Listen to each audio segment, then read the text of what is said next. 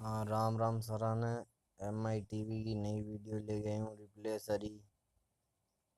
वो एम आई टीवी में खरीदियो, बहुत ही स्लिम हो। फ्लिपकार्ट साइट पर खरीदियो, ऑर्डर लगायो।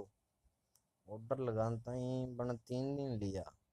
3 दिन लेनता ही बन के करो अंत बन बा ले आया मैं टीवी ने, और मेरी स्क्रीन ऊपर डैमेज निकल गई। देखियो, रिमोट बहुत छोटो, बहुत बढ़िया हो। बहुत छोटो और बढ़िया हो बिया। सैल तो दो ही कर ले और तोड़ के बस। बिया बाद में डैमेज निकल गयो, टेंशन होगी। भी बाद में फ्लिपकार्ट वाला ने फोन करियो, बैंक का थारो चेक करके जावांगा। चेक करके बाँ कहो कि डैमेज है, स्क्रीन अप्रूव्ड कर दियो। और बिया बाद में मैं पैक कर दियो टीवी ने वापस। बिया बाद में एम आई टीवी मारो वापस लेने की प्रक्रिया चालू हो गई। और धीरे धीरे करता करता 20 दिन हो गया। 20 दिन बाद में एम आई टीवी है जो वो पिकअप को ऑप्शन आ गयो। पिकअप करना है भी वहाँ कुरियर कंपनी है ना। और भी बाद में मैं कुरियर कंपनी में पिकअप करवा दियो।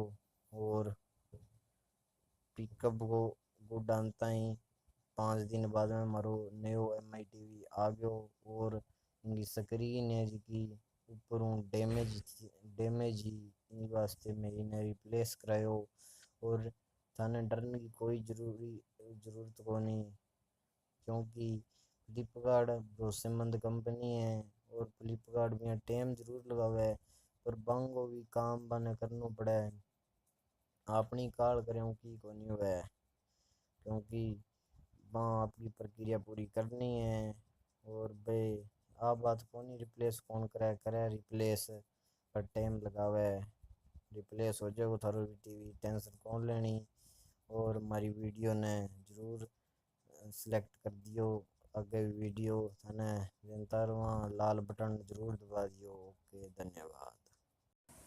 एम आई डब्बे ना पकाता हूँ ना खोलिया।